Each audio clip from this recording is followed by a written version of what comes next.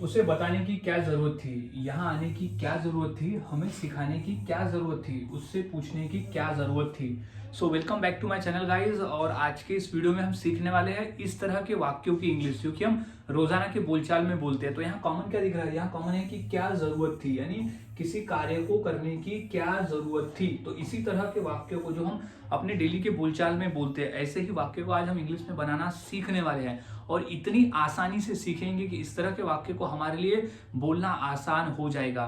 तो वीडियो के अंत तक बने रहे और समझ ले कि इस तरह के वाक्य को इंग्लिश में कैसे बनाया जाता है और किस तरह से बोला जाता है, ताकि आप अगली बार से ऐसे वाक्य को इंग्लिश में ही बोलो।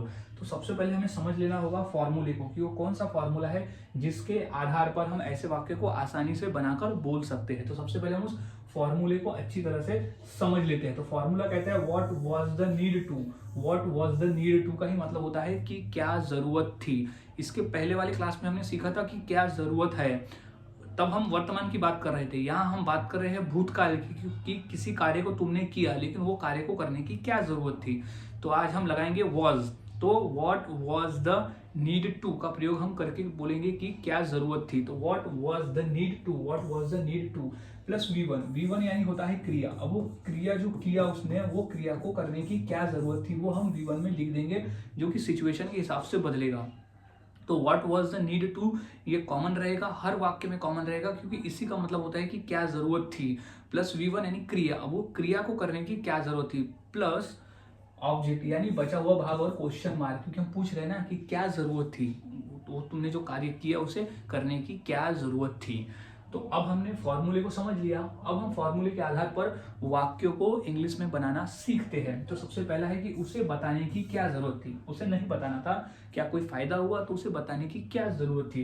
तो सबसे पहले क्या जरूरत थी के लिए हम लगा देंगे what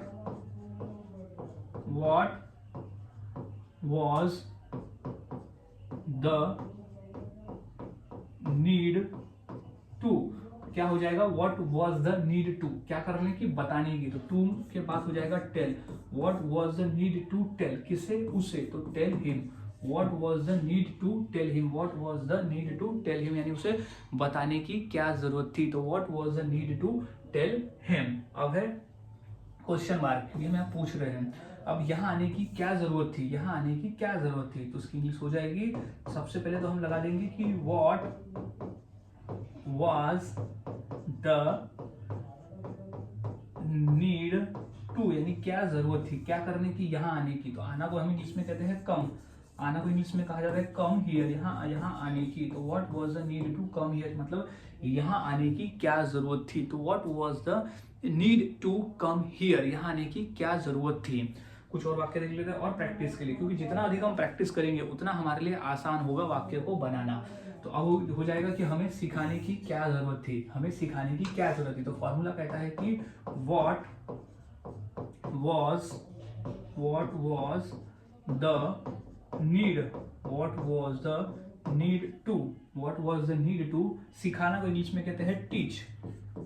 what was the need to teach us यानी होता है हमें। तो what was the need to teach us यानी हमें सिखाने की क्या जरूरत थी, नहीं सिखाना था, क्या जरूरत थी, कोई जरूरत नहीं थी।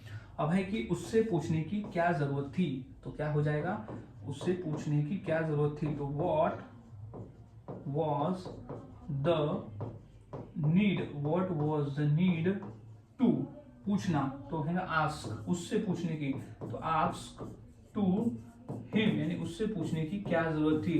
तो what was the need to ask him यानी उससे पूछने की क्या जरूरत थी। तो इस तरह से वाक्य बनाए जाते हैं और बोले जाते हैं। काफी आसान है, बस आपको फॉर्मूले को याद में रखना होता है।